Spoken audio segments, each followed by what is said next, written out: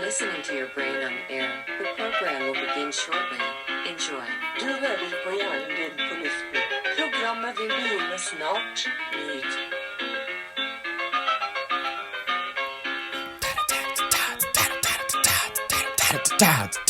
Good afternoon, everyone. Welcome to Your Brain on Air. I am your host, Ollie Vogt Larson, and happy Wednesday in the name of Kevin G, in the words of Kevin G. What am I even saying, ladies and gentlemen? We're a little manic this Wednesday. We're enjoying ourselves, or as they like to call it in English, we're going to do a little bit of Etymology Wednesday. Etymology, the study of language. If you didn't know, Wednesday has its origins in Old English. It was Woden's Day originally, meaning the day of Odin, the Norse god, if you're familiar. It just so happens that we get the Spanish word for Wednesday and the French word from the same exact god, only the Roman version, Mercury. It's often seen as the Roman equivalent to Odin. Both societies viewed it as a day to celebrate this particular god, which is why in their language, we have very similar equivalents to Wednesday. It is actually Mercury's day. In French, we have mercredi, and in Spanish, interestingly enough, we have miércoles. Isn't that fascinating, ladies and gentlemen? That's a little bit of your fun fact. What is it? If it was Friday, I could do Fun Fact Friday, but it's Etymology Wednesday. I know it doesn't rhyme. I'm not worried about it. Well, Wednesday, it gave me the opportunity to tell you where that word comes from, ladies and gentlemen. I hope you enjoyed etymology starts to your day, because it's going to be a lot. I'm just going to be honest with you. It's not going to get any better news-wise from here. George Floyd Square is getting a revamp, ladies and gentlemen. It's been 6 years since the broski overdosed, and they threw that innocent man, Derek Chauvin, in jail. Free Derek, by the way. They're debating, I guess, if traffic should be allowed to flow through the street. I didn't know that Minneapolis had city leaders. I thought that they had these, like, guerrilla warfare czars that, like, wear the bandanas on their head, like Rambo and shit. They're saying that, like, we don't want the free flow of traffic unless you make room for art or some shit. Because I mean, that's literally in the cutout. If you look at this approved motion, they need to make room for memorials and art for the community. Guys, he killed himself. I'm sorry. He had a heart attack. His valves had some issues. They burst when he was on fentanyl, and it's essentially excited delirium. Is that has anybody actually seen the real body cam footage? I've noticed that many people haven't. Actually, I'm going to put it in the description. It's going to be the first link that I put at the top of this. They spend 10 minutes trying to put this big hulking guy in the back of the car. He keeps talking about how I'm claustrophobic, man. I'm claustrophobic, and then the police, they're trained to restrain individuals the way exactly that it shows in the footage. It's unfortunate. I'm not telling you I'm a fan of the way that they were doing it. I'm saying it was approved by the city. So technically speaking, and also, by the way, we can talk about no bruises being on Mr. Floyd's neck. There was no solid evidence that he was murdered by any stretch of the imagination, but many people will look at you seriously and they'll go, nope. That's murder. I see an officer doing his job and it's yucky to me. I don't like the way that he's doing it, so put him in jail. Like, folks, let's bring a little bit of reasonable aura back to the conversation. Sometimes gangbangers get banged out on the pavement. I mean, is it fun? Do I like it? No, of course not. Nobody does. But are we being honest when we talk about this? Absolutely not. Most of the conversation, it's been obfuscated with feelings. And unfortunately, it's echoed in Renee Good's shooting and whatnot. And also the Alex Preddy shooting. Two little hooligans that got themselves into unfortunate situations. And nobody wants to be honest about it. And that's okay. I understand. It's emotions will always lead first in this sort of a situation. No one wants to talk about his 2019 arrest where he literally had to get his stomach pumped because he hid the pills and he ended up swallowing them. He would have tested positive for fentanyl and all that. And then if you look at the body cam footage from the 2020 incident, unfortunately, and I'm just telling you the facts here, and if you don't like them, I don't know what else to tell you. They're facts. If you look at the body cam footage, you can see a white pill that he's hiding on his teeth, not on his teeth, on his tongue, and you can see it in between his gap tooth, you know what I mean, like right there when he turns back and looks at the cop, and then he tries to swallow it. It's unfortunate. I'm not saying that I love the fact that he overdosed on fentanyl. I'm not even saying I love the fact that Derek Chauvin, unfortunately, is an innocent man. Am I happy about that? Of course not. He looks guilty of something, but we live in a country of laws, and we have to let them govern our land. Otherwise, we are nothing. We are no better than the savages we pretended to leave behind. And by savages, I don't mean just the Indians. I mean the Cowboys. I mean all of the frontiersmen. I mean all of the 69, not the 69ers, the 49ers. You know what I mean? The gold panners, all that shit. People who like to live in the mountains, all that. No. We don't do that anymore. We have civil society. And you know what I was mostly talking about the white people when I said savagery, all right? I was talking about the posses of white people that were basically miniature cults that were moving about in the frontier days of when we were stretching across the plains and we were figuring out what is this country going to look like? This is just a fact of history and nature, everybody. Let's be really honest. Everybody, no one wants to talk about his massive rep sheet. Everybody sanctifies and justifies. They go, what did the pregnant woman do to deserve him sticking a gun to her stomach? Thugs are not heroes, people. And maybe we should just save that intersection. Maybe it shouldn't be anything remarkable. How about instead of George Floyd Square, how about the intersection of Chicago and 38th? How about that, people? Otherwise, hey, let's have Crip Street, Let's dedicate a street to all the Crips who have fallen in the battle on the streets, the mean streets of Minneapolis. You got to do another neighborhood also for the Bloods and whatnot, their fallen men and whatnot, all of, what's his name, Keith Ellison's buddies, the Latin Kings, they get one too. How about that, guys? If we memorialize thugs, I think we should give memorials to all of them. Let's have John Gotti Way or some shit like that. Wouldn't that be fun? Doesn't everybody love that? I love the energy we're bringing into this miércoles. Let's look at this story that Minneapolis city leaders, once again, I didn't know they had leaders. I thought that they had descended into a degree of inhumanity, uncivility. I didn't know that the city hall was still issuing like driver's licenses and things like that. Minneapolis city leaders say construction is set to begin in June on the flexible open street concept at 38th and Chicago. This will keep space for memorials and art, but open the intersection for public transit and access to local businesses. It has been a long road to get here, with lots of disagreement among city leaders. Of course, it started with George Floyd's murder. I love that we still continue. It's like we're banging the drum. No one's listening. No one's listening to the murder, bum, bum, bum, bum, bum, bum, bum. You can say it as many times as you want. It's like saying Rodney King was completely undeserved when he led police on a chase. It's like, what are we doing, guys? What are we doing? I'm just gonna be really honest with you. When we do, when Bruce Springsteen throws out another song for, maybe he's gonna do George Floyd Square. Maybe he's gonna come down because he needs to have his 60s moment. He needs to play in, Paisley Park or something like that. He's gonna be like, and Prince OD'd on fentanyl too, but not like George Floyd or some shit. That'll be his song. Immediately sparked a memorial at the site. In June of 2021, more than a year after his death, the city removed barriers to reopen the intersection. Throughout 24 and 25, city leaders went back and forth on permanent memorial. Last time I went down there was July, June. I think it was June. Yes, because it was at the same exact time that the shooting. When did Melissa Hortman's husband? Was it Melissa Hortman who died? Yes. Okay, Melissa Hortman. Bam, bam, bam, bam, bam.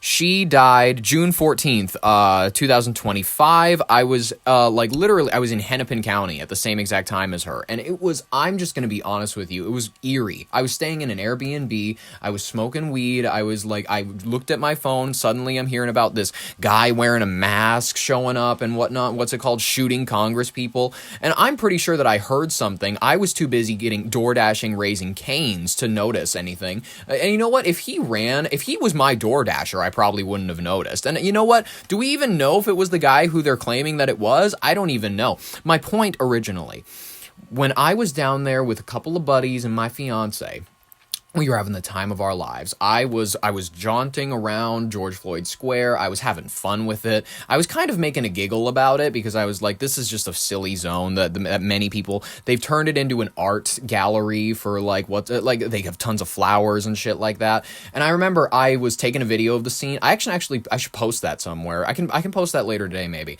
I have video footage where I'm just taking a video of the entire thing, and you can hear me on the footage going, some black guy was looking at me and I was like, you don't mind if I film any of this, right? Because he was the runner, I think, of the memorial. He was he was talking all the shit, and he was motioning where people should put the flowers. And I was like, you don't mind if I film any of this, right? For just local press or whatever. And he was like, no, man, of course. And it was he was really polite about it. I love it. I have to say the quality of the street is not there anymore. The coffee den that we went into, I stole a newspaper from there. It was awesome. I still have it. It was a great trip. It was one for the ages. I went to the George Floyd store, you know what I mean? The food and whatever. It's like a food and fuel or something. I don't remember what it says on the front exactly. I met the individual. I think he was Indian or something. Not Native American, blah blah blah blah, indigenous. Shut up. But like polka dot Indian, like the ones where they're like Hindi and shit like that. They bathe in the river and whatnot. He looked like one that had lived here his entire life. So I'm not saying that, but I'm saying that country is where he probably heritaged from, whatever the fuck. So essentially, he was like, yeah, my cousin was the guy who turned down turned down the dollar bill. The 20, and it's like, yes, it's like, we didn't mean to get him killed or nothing like that. We just were like, he was putting his he leaning on the counter. You watch the body cam footage also. It includes a little bit of him inside of the food stop or whatever. Gives this guy a fake 20. He's giggling and shit. He looks dazed out of his mind. Of course, people were going to think that he was high. I'm not even going to lie. As someone who goes out in public high regularly, you have to keep it on lock. You have to realize that you got to bring the eye drops. You got to keep a decent looking clothing set on you. You have to smell decent. Otherwise, you're gonna draw suspicion. And he drew suspicion, unfortunately. It sucks.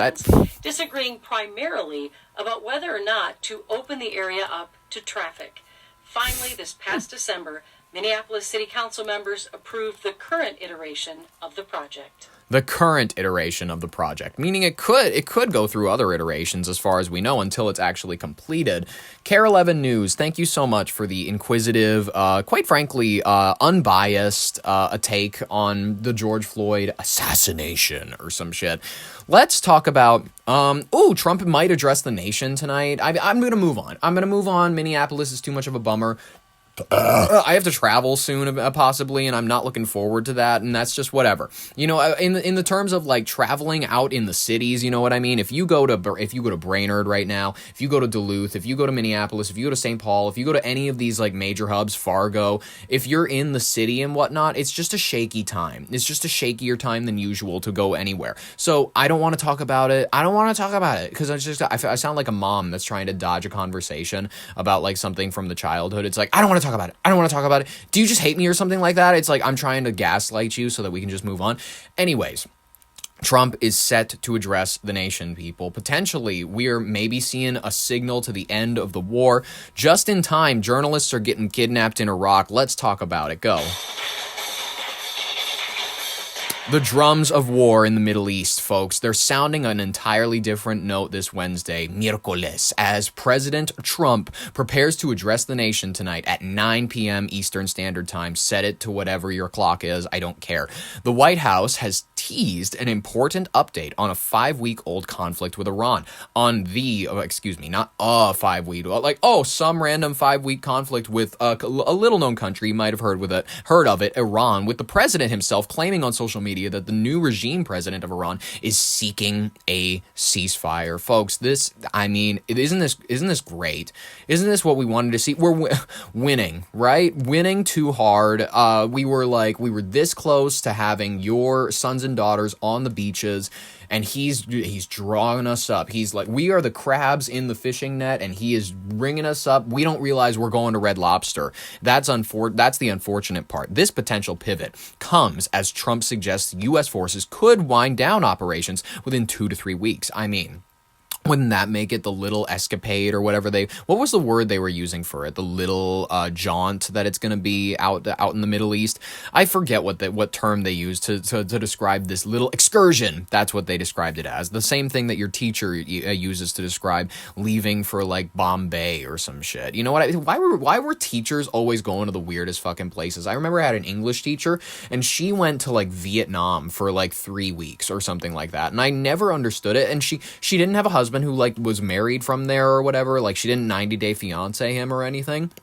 She just decided that she wanted to go to some third world country. And I'm like, I understand if you have family or if you have something that ties you back or if you want to whatever. But if you're just doing this and you're like a normal, if you're like Sheila Goodwood or something from Penske, Nebraska, I don't think that you're they see some pretty white lady who's walking around the streets of, I don't know, wherever, and they're gonna say her. Grab her, and then you're gonna get thrown in the van, and you're gonna end up like one of these. You're gonna end up like the journalist that we're literally gonna talk about.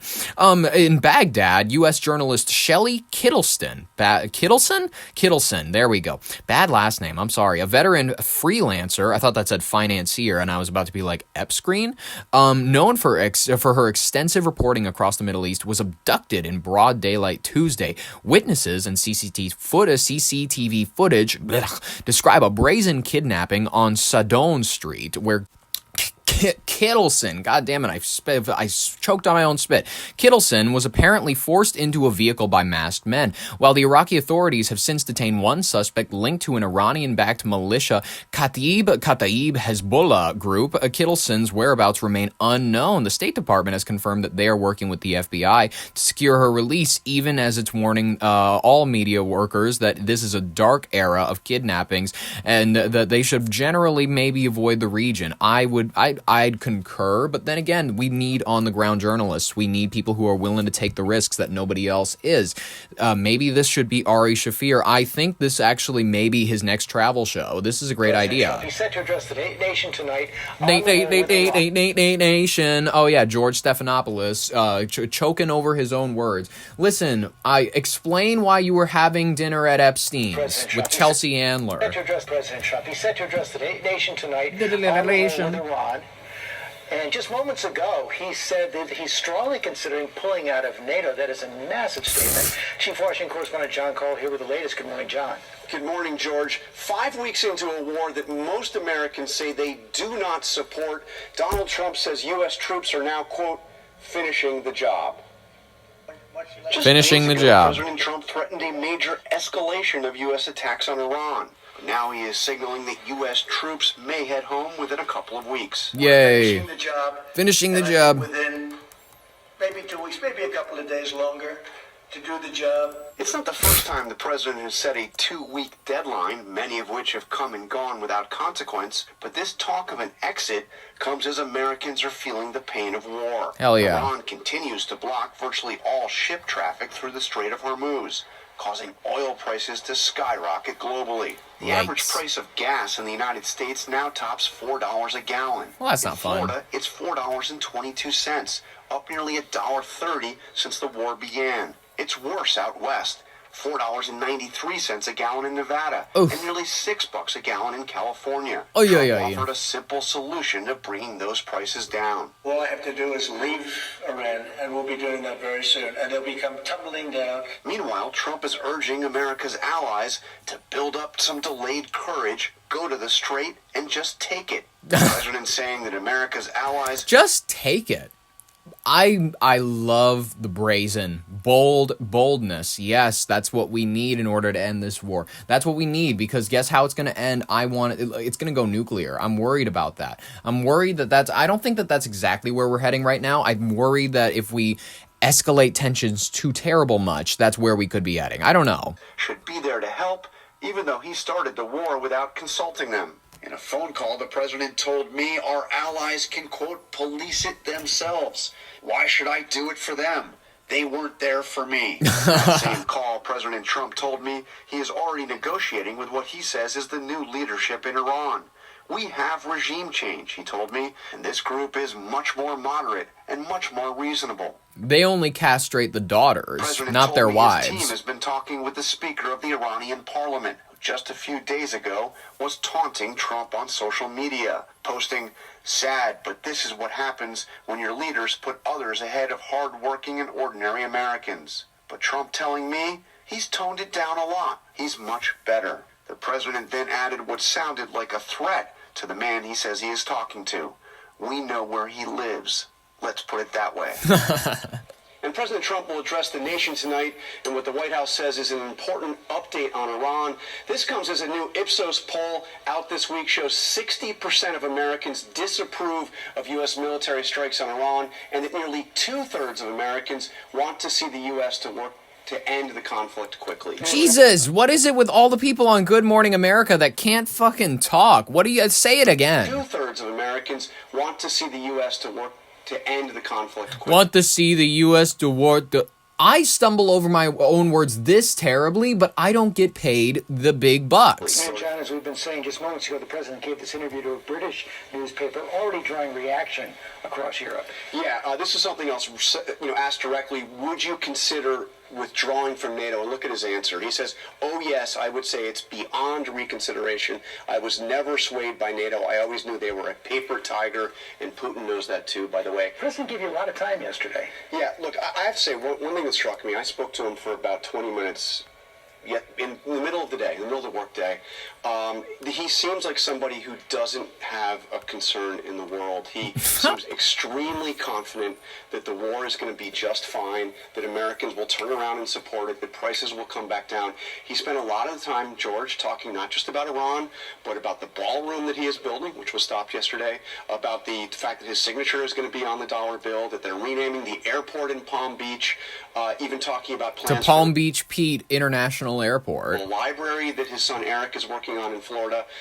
He really seemed like a man that was not troubled at all about what was going All in on. the middle of the war. Love it. All in the middle of the war, yeah. John Carl, thanks very much. John Carl, thank you so much for stumbling over your own words like a real brilliant fella. Tonight, Like this me. video showing the moment American journalist Shelley Kittleson is kidnapped in Baghdad by suspected They tie her up. Iranian-backed I'm just militants. kidding. They throw her in the back of Iraq's a Interior car. Ministry tells us this silver car pulled up as Kittleson was waiting on the side of the road. Two men And then they're like, buckled "Get her." into the back seat, and seconds later, it drives off. Later. Authorities say security forces chased the kidnapper's vehicle, which crashed and was badly damaged. But some of the men escaped with Kittleson. Damn, man. One suspect arrested. The State Department says they have ties to Kitab Hezbollah, a militia supported by Iran. Efforts I bet it's Israelis doing it. are ongoing to secure the release They're trying to false flag us. That's for sure. to the kidnapped journalist, Iraq's government says. Kittleson has extensive experience reporting in the Middle East. You need to She's got the hijab on and everything. Damn, she's an expert. She knows it. develop that gut feeling and you need to follow it. The Al Monitor website, which she writes for, saying, "We call for her safe and immediate release." Kitab Hezbollah has a long history of kidnappings, holding Princeton researcher Elizabeth Zirkov for 903 days before the Trump administration Damn. negotiated her release last year. And the State Department says they warned the journalist about threats made against her while she was in Iraq, and the FBI is now involved in the case. Tom? We thank you for watching. That's fucking crazy. I'm not subscribing to your YouTube channel, NBC News. You can't even decide what you want your name to be. I'm excited for the address tonight. The address, folks, we might have a ceasefire. This'll be a, one to tune in for. That's for sure. What is it going to be? CST? I think it would be 8 p.m. CST, Central Standard Time. Whatever. It's exciting. Be there or be square, as the kids love to say. Just this morning, Iranian drones reportedly struck fuel tanks at Kuwait's international airport, and Israeli jets continue to pound targets into Iran. Tonight, the world will be watching if the president's exit strategy is going to bring a promised relief. I will be updating you as to whether or not it goes great. Otherwise, we should talk about other things that our country is doing. Let's talk about maybe the fact that we're being real gay about our space travel. We're flying around the moon. What happened to planting flags on the moon? They managed to get that done in Kennedy's time. I think that they're just worried about dying because they realized that, the only reason that anybody did it back then is because they were too stupid to realize the intense, insane risks. And now that people understand those things, they'd never in their right mind go to land on an interplanetary body. I don't know. Let's talk about the Artemis. Go. The wait is nearly over, folks. The countdown to NASA's historic Artemis II launch has begun for tonight. Begun, God, for Wednesday, April 1st, from the Kennedy Space Center. After more than 50 years of lunar silence, 4 astronauts are poised to become the first humans since the Apollo era to venture into deep space. Okay, cool. We've already done it. The 2-hour launch window opens at 6:24 Eastern Standard Time, p.m., And despite some concerns over cloud cover, meteorologists are giving the go with an 80% chance of favorable weather. On the pad, the 322-foot Space Launch System, SLS, rocket is already venting plumes of white vapor, a normal sign that massive tanks are being filled with supercooled liquid oxygen and hydrogen needed to break Earth's gravity. I'm worried about another Challenger. I'm worried about another Challenger purely because it feels like another historic day. Doesn't it? Like April 1st, 2026. The president offers a statement about the current ongoing war in Iran.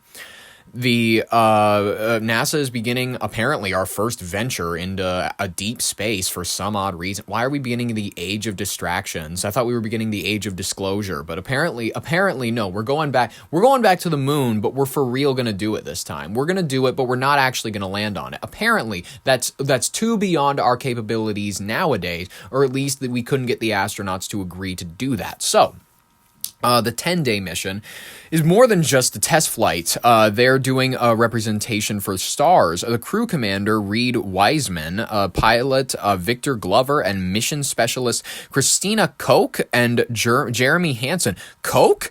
It's spelled K-O-C-H. I mean, that sounds like she's related to the... Is Christina Koch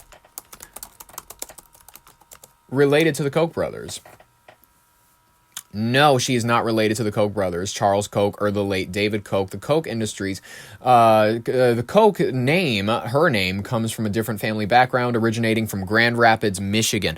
I don't believe it. I don't believe it for a minute. They're hiding it. I know for a fact that they are. They're gonna set several records before they even reach the moon. Glover will be the first person of color. Okay, cool. And Koch will be the first woman ever to fly to the lunar vicinity. This is exactly why they don't want to land on it, because they don't want to give women or people of color the opportunity to walk on the moon. Their path will take them on the free return trajectory, looping more than 4,600 miles beyond the far side of the moon, further than any human has ever traveled before the moon's own gravity naturally slingshots their Orion capsule back toward the splashdown in the Pacific Ocean. Very, very, very, very, very, very fun. Let's look at this footage they have of it fueling up or some shit. Like I said, all it took. What was the cause of the Challenger? What caused the Challenger? Because I think it was like a minor gas buildup or like a leak. Okay. The disaster was a failure of two rubber O-rings to seal a joint between the two lower segments of the right-hand solid rocket booster. This failure was due to severe cold, and it opened a path for the hot exhaust gas to escape from the inside the booster during the shuttle's ascent to eventually ignite the fuel, all that kind of bullshit. And then, everybody remembers the Challenger because it was like a day where for some odd reason people got interested in space launches. Like everybody was like, get it in front of the kids, put the TV in front of them, and blow up a teacher. You know what I mean? Sally, whatever. Who was? And by the way, they're all alive. They all faked it. They faked their deaths. Who was the teacher on the Challenger? They found all of them, by the way. Some of them were working in universities. Krista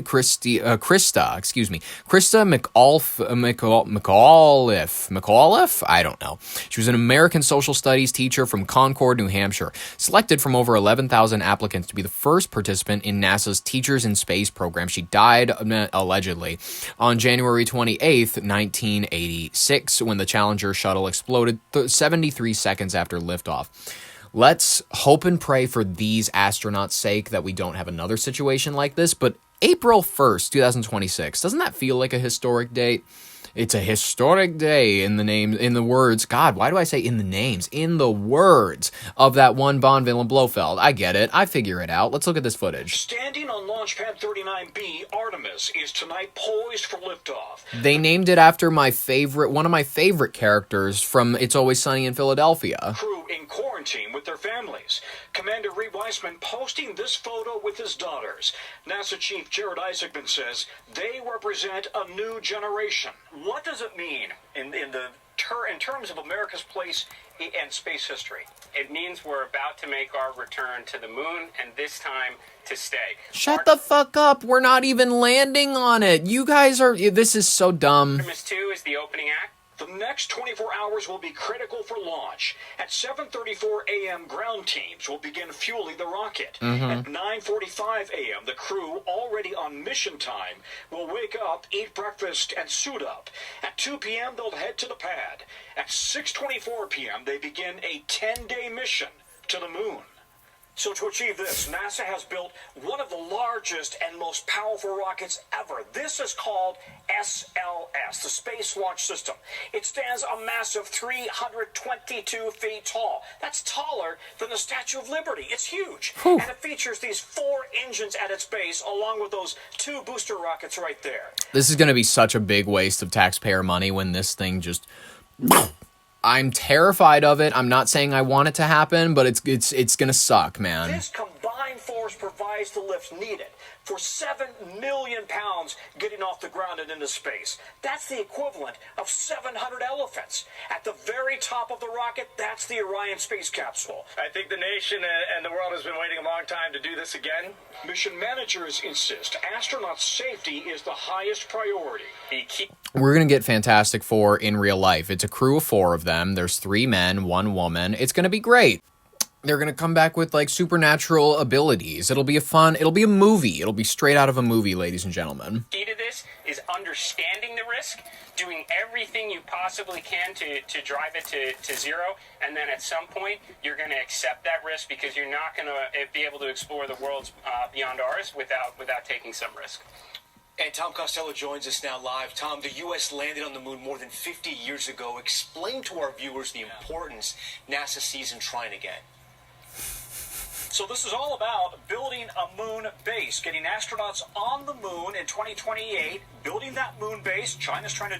Why are we wasting the money to... I'm eating a cracker, by the way. I'm sorry if I have a full mouth. Why are we wasting the money right now in 2026 for like a test launch if the whole goal is to get them on the moon in 2028? The hell are we doing? Do the same thing and then using the moon as a base to move on to Mars someday, Tom.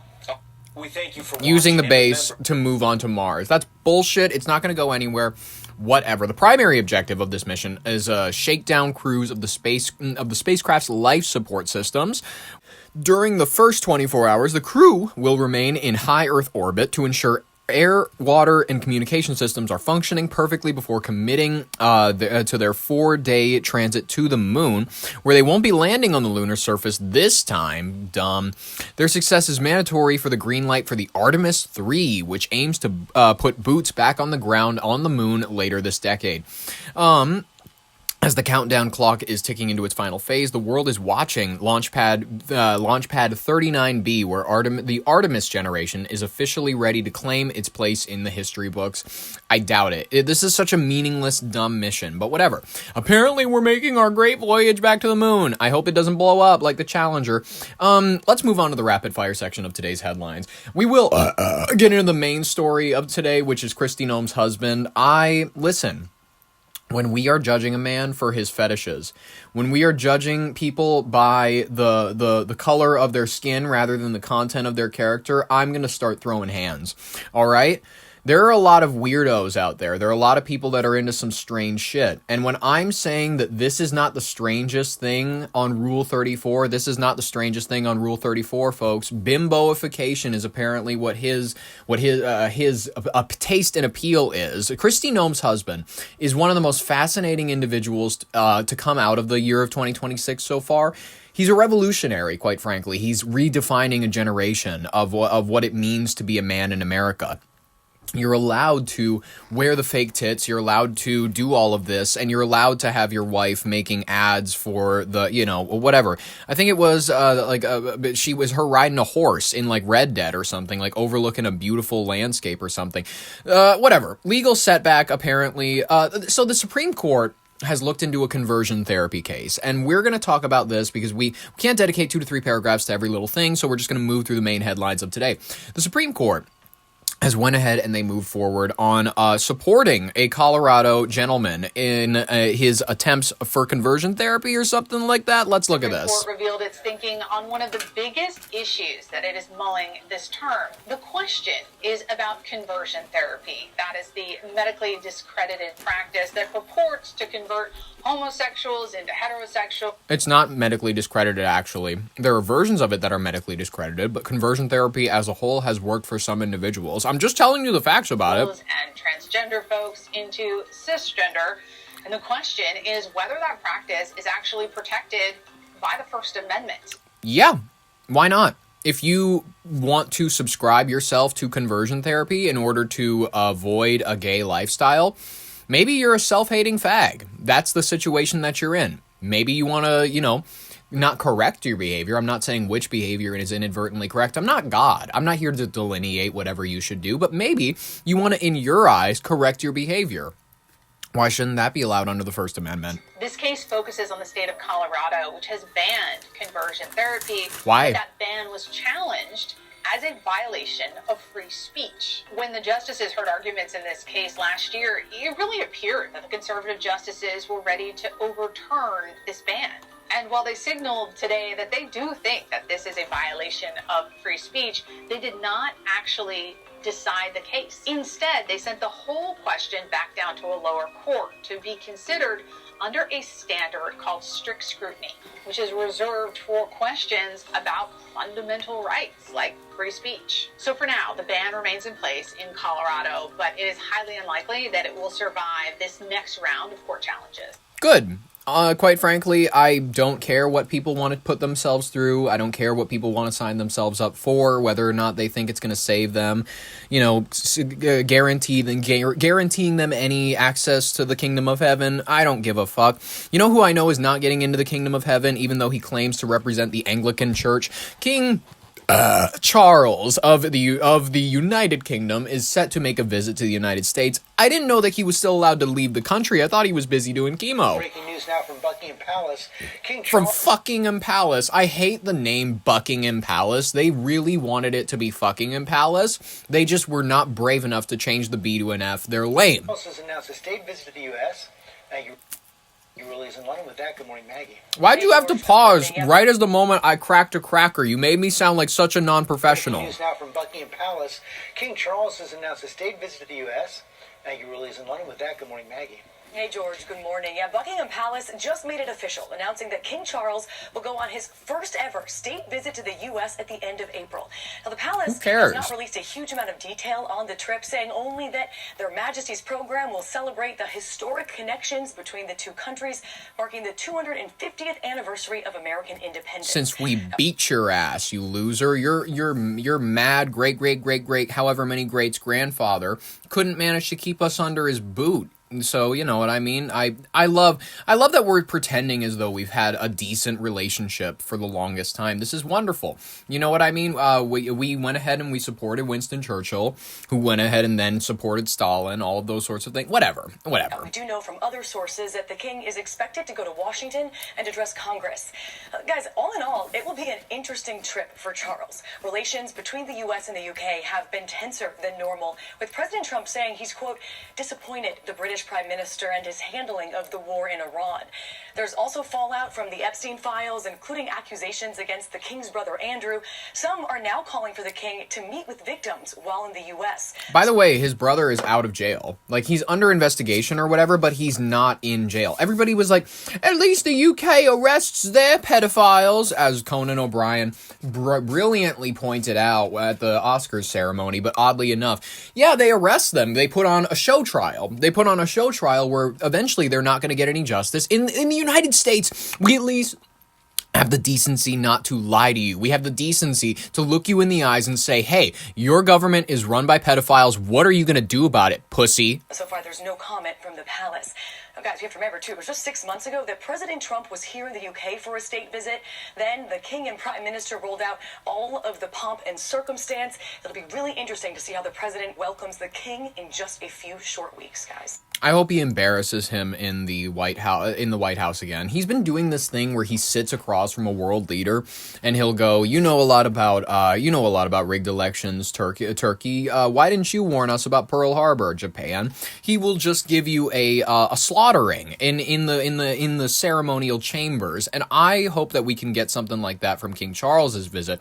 Let's talk about how record numbers of Americans, they're looking to nix their jobs. They're looking to go ahead and turn over a new leaf. But apparently, this is half of Americans. And also, according to Gallup, the majority of not the majority, this is the highest number of unsatisfied peoples that they've polled since they've started taking the poll. Maybe they're just talking to a lot of whiny bitches. Apparently everyone's thinking about quitting, but no one's brave enough to say it. That's what a new Gallup poll just found. More than half of U.S. workers are hunting for a new job, or at least keeping an eye out for a better one.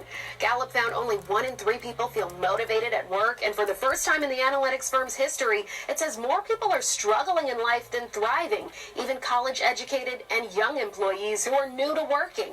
The harsh reality is most people can't leave. Pay, benefits, or finding an equivalent role keeps them stuck. So if you're quietly planning your exit, feel restless or burned out, you're part of a very crowded club. Download Fox Local for live streaming news. Download Fox Local. Let's talk about Congresswoman Angie Craig saying now that she regrets her vote to pass the Laken Riley Act. Critics are saying that the act has emboldened the Trump administration for further immigration enforcement operations like Metro Surge in Minneapolis. Craig denies that the act was used during Metro Surge, but says now that she regrets empowering ICE in any form. Dumb. The Laken Riley Act was a great idea, actually, because it was addressing a serious problem that we had on the rise. Whatever. You've since said that you regret voting for it. I realized, standing in front of the Whipple Detention Center, looking at semi-automatic weapons, that voting to give Trump's ICE any additional authority was a mistake. People of the 2nd District in Minnesota are used to me being honest with them, whether it's calling for Joe Biden to step aside and not running again. Oh my God, like you were one of the first voices on it? Bullshit. So I'm always going to be honest with the people of Minnesota, and I do regret that vote, giving them any authority. Senator Amy Klobuchar, Senator Smith, Congresswoman Omar, McCollum, and Morrison, they all voted against it, and my opponent was the only one who voted for it. I appreciate that she regrets the vote, but I also think we are in a time where we deserve leaders who vote their values all of the time. Oh, shut up. Loser, bitch, whatever. Israel has passed, if you want to talk about legal people that they vote for their conscience and they vote for what they believe in, let's look at the Israeli parliament passing a death penalty law against, specifically people are saying, targeting Palestinian individuals.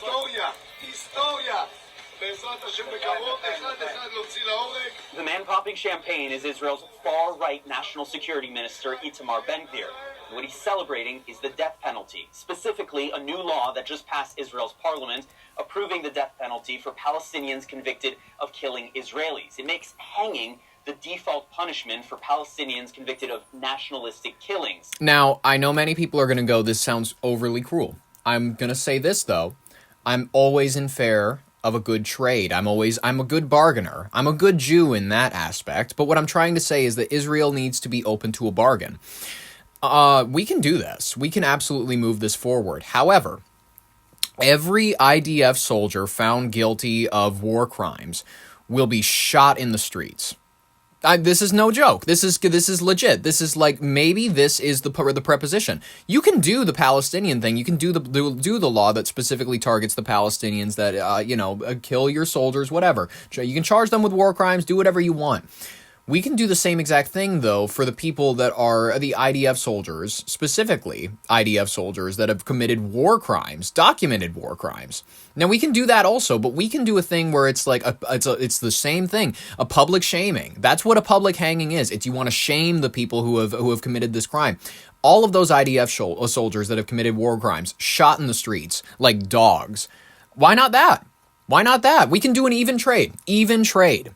I'm not even in this. I'm not even involved in this. I'm not even involved in the Middle East. And I'm just saying, you got to have it be even. See these noose-shaped pins on the lapels. Yeah, the noose-shaped pins on the lapels of the lawmakers. They have these little tiny nooses, like it's the game Clue. Of lawmakers who supported this legislation. Those convicted have to be hanged within 90 days without the possibility of an appeal.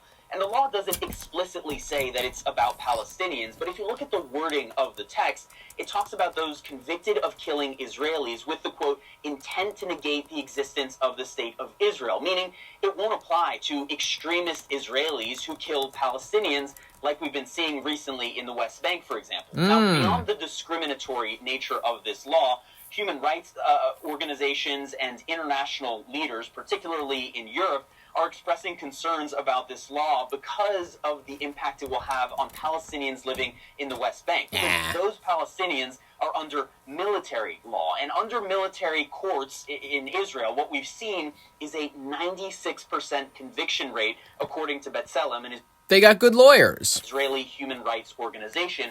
And oftentimes those convictions are obtained following harsh interrogation and sometimes even torture. Now, protests broke out in Jerusalem today following the passage of this law.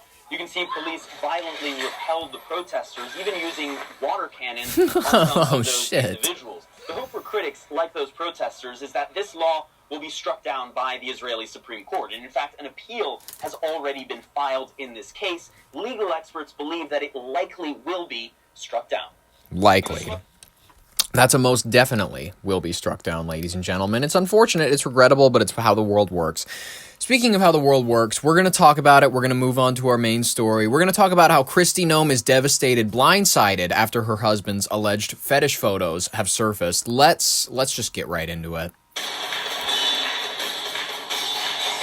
Kristi, you should have kept an eye on your mans. You got to keep an eye on your mans. You got to go through your man's phones. That's what I keep telling bitches. But then, bitches, you got to be ready to let him look at your phones as well. You can't be playing on the side. What I'm trying to say here is that people, we need honesty back in our lives. We need a little bit of honesty. There's too many whores. There's too many whores on the male side and the female side. There's too many people with their genitalia hanging out of a window, literally looking to just do whatever they want and enjoy spring break. It's not even spring break anymore. It's April. What are we doing, ladies and gentlemen? But we live in a sex-obsessed society. We live in one that is more fluid and open to gender expression and whatnot. And I'm not saying that's overtly whatever. I'm saying that we play with the lines. We play a lot more with the lines of conformity when it comes to sexual behavior in this world more so than ever.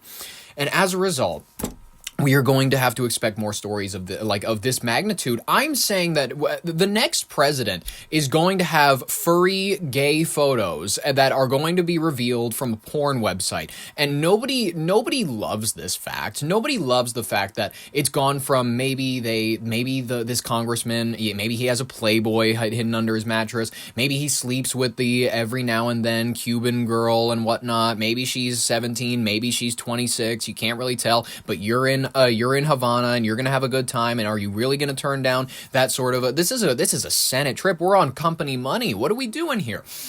I'm just going to be so honest with you, ladies and gentlemen. The level of depravity that we are going to begin to see once again. We already have our world leaders eating people. We already have our world leaders having sex with children.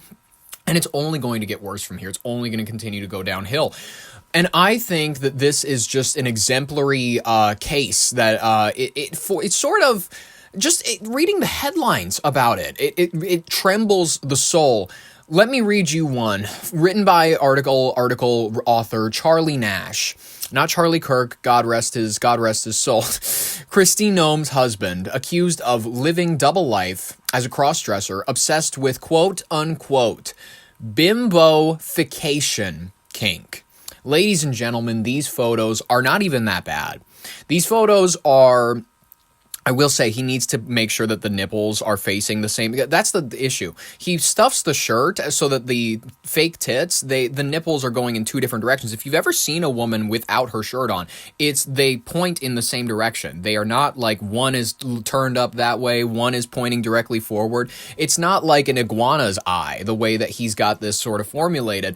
So not only does he have the audacity to do this behind his wife's back, he's got the audacity to look bad while he's doing it. I'm just going to say it. These are OnlyFans level pictures in the sense where people would pay good money to see this. People would pay good money to see a guy with a nice little short haircut putting stuff in his shirt, doing a thing where it's like, oh, I'm becoming a lady or some shit.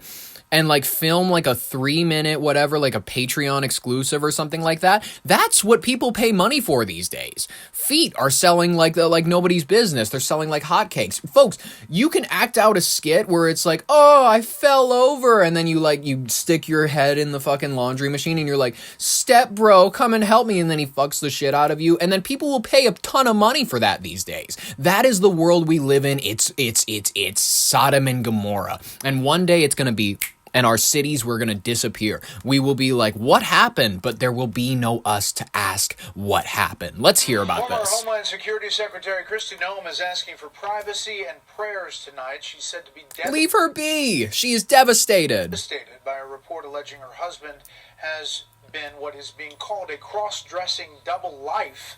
Senior national correspondent Rich Edson has details tonight. Good evening, Rich. And good evening, Brett. Well, former Homeland Security Secretary Kristi Noem and now... This is more disappointing, by the way, to Republicans than a sex scandal. This is more disappointing than anything. And I understand it is an adjacent to a political figure. It is like, oh, it's not Kristi Noem who's into the idea of cross-dressing. She's not out there like Trisha Paytas taping down her tits and shit like that, putting on a white boy tee and skateboarding.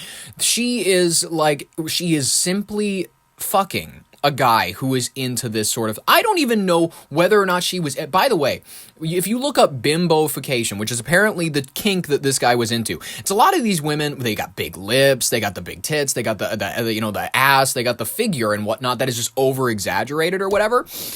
I think, genuinely, that he was with Kristi Noem because she has these Mar-a-Lago puffed like features where it's like you can tell that the Botox doesn't sit right, the cheek implant or something. Like, I don't know what she did. She mangled it. She very much, it looks like the Moisturize Me creep. She's very pulled back skin. It really bothers me what she's got going on, but she looks like one of these Bimbofication things. She looks like one of these pictures, literally.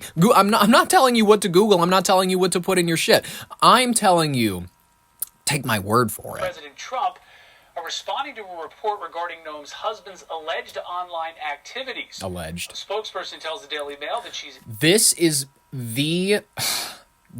We're going to hear Trump's exact words. Kristi Noem's spokesperson is speaking right here. But Trump's exact words, I'm pretty sure, were like, that's too bad. Devastated, and they quote, the family was blindsided by this, and they asked for privacy and prayers at the time. President Trump tells the outlet he knew nothing about it, adding, wow, I feel badly for the family. If that's the case, that's too bad. The Daily Mail alleges it obtained hundreds of messages between Bryon Noem and 3 women involved in a site where men cross-dress. What do I tell you guys? It's always the ones with the piercing blue eyes. I'm a brown-eyed supremacist. I say it all the time on the show.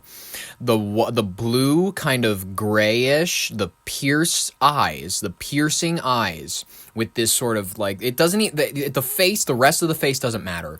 Blue eyes, when they're smoky, are the most revealing thing about a person, and he's got them. He's got the secret keeper eyes. That is exact. Blue-eyed people have this quality about them. They're figures outside of time. We write myths about them and whatnot. Like they're either these small little fairy type creatures or they're these huge towering like giants, like tree. You walk into a forest and a blue-eyed person is the tree that you thought it was a tree, but like it's a person coming down to look at you and say, hey, what are you doing here? This is my neck of the wood or something like that. And you can you stand on their hand and they like lift it and it's like the poster from The Big Friendly Giant. That is every blue-eyed person you'll meet in your life. They are one of two extremes. They are outside of time creatures.